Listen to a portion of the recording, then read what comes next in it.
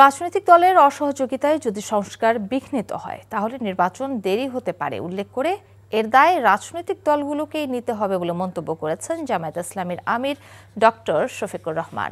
আজ রাজধানীর একটি হোটেলে আয়োজিত এক সংবাদ সম্মেলনে তিনি এমন মন্তব্য করেন। তিনি বলেন, ন্যূনতম সংস্কার, বিচার ও নিরপেক্ষ নির্বাচনের পরিবেশ তৈরির শর্ত পূরণ না হলে মার্চ এপ্রিল কোনোটাই ঠিক থাকবে না। এ ব্যাপারে রাজনৈতিক দলগুলোকে সর্বোচ্চ সতর্ক থাকার আহ্বান জানান তিনি। দৃশ্যমান গ্রহণযোগ্য মৌলিক সংস্কারে রাজনৈতিক দলগুলো যত আন্তরিকতার সাথে সহযোগিতা করবে তত তাড়াতাড়ি নির্বাচন অনুষ্ঠিত হবে বলেও আশা প্রকাশ করেন।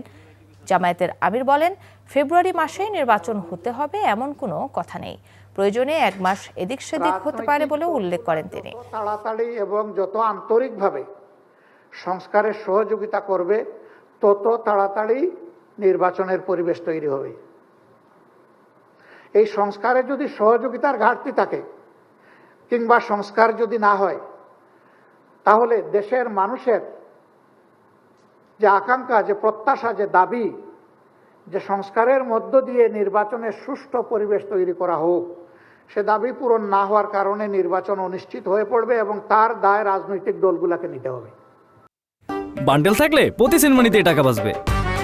বিকাশ সেনমানি বান্ডেল কিনে জিতুন প্রতি লেনদেনে।